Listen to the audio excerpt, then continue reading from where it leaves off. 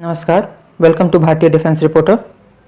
भारत और यूएस के बीच में एक नई डिफेंस पैक्ट साइन होने वाले हैं, जिसके ज़रिए कि दोनों देश एक साथ मिलकर डिफेंस कोऑपरेशन करेंगे और नए इक्विपमेंट सिस्टम्स की डेवलपमेंट करेंगे और ज़रूरत आने पे एक दूसरे की हेल्प भी करेंगे किसी भी वॉर या कॉन्फ्लिक्ट में।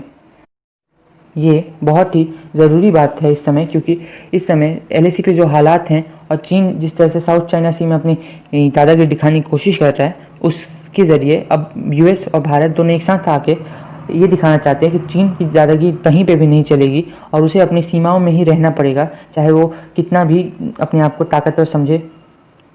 इसके ज़रिए दोनों देशों को ही फ़ायदा होने वाला है, क्योंकि यूएस को एक स्ट्रेटजिक एलाई चाहिए जो कि भारत आसानी से है, और भारत को अपनी डिफेंस इंडस्ट्री को और भी डेवलप करने के लिए एक टेक्नोलॉजिकली एडवांस टीम चाहिए जो कि यूएस है।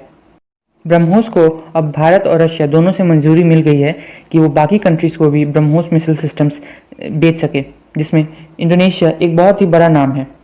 इंडोनेशिया ने इसमें अपनी रुचि भी दिखाई है, जिसके बाद से कि भारत ने इसके लिए मंजूरी दे दी है और रशिया ने भी अब मंजूरी दे दी, जिसके बाद से कि ये मिसाइल्स अब तीसरी कंट्रीज़ को भी बेचा जा सकता है। पहले ये सिर्फ रशिया और भारत ही इस्तेमाल कर सकते थे, और वो भी रशिया उसे इस्तेमाल नहीं करता था क्योंकि उसके पास अपनी दूसरी मिसाइल थी। फिलीपींस, वियतनाम, ये कुछ बड़े नाम हैं जो कि इस समय ब्रह्मोस मिसाइल्स को खरीदने की लिस्ट में है। इसमें कई और भी कंट्रीज़ हैं, गल्फ कंट्रीज़ जैसे। इस डील के बाद से अब भारत का डिफेंस सेक्टर जो है उसे एक बहुत बड़ा बूस्ट मिलेगा, क्योंकि ब्रह्मोस मिसाइल्स की प्रोडक्शन भारत में बहुत ही बड़े पैमाने पर शुरू हो सकती है बाकी देशों के लिए भी। अब तक सिर्फ भारत अपनी ही आर्मी और नेवी और एयरफोर्स को इक्विप करने के लिए बस ब्रह्मोस बनाता था, पर अब ब्रह्मोस जो है वो बाकी देशों के लिए बनेंगे, जिससे कि प्रोडक्शन बढ़ेगा और जो जॉब्स हैं वो भी इंक्रीज़ होंगी।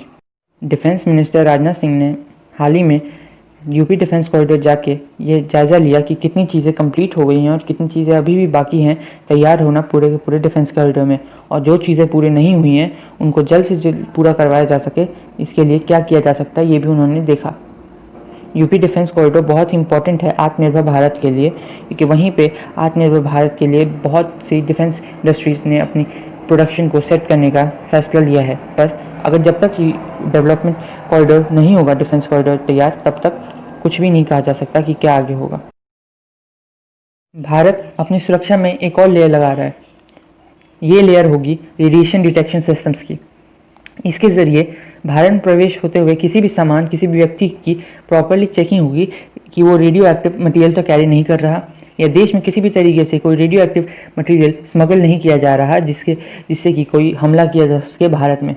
आज की दुनिया में ये बहुत ही ज़रूरी है कि रेडियो एक्टिव मटेरियल की पहचान आसानी से की जा सके, और क्योंकि आजकल पाकिस्तान और चीन जैसे देश भारत के बहुत ही बड़े दुश्मन बन रखे हैं, जो कि किसी भी तरीके के रूल्स को नहीं मानते। जय माँ भारती। लाइक और सब्सक्राइब करना मत भूलिएगा। धन्यवाद।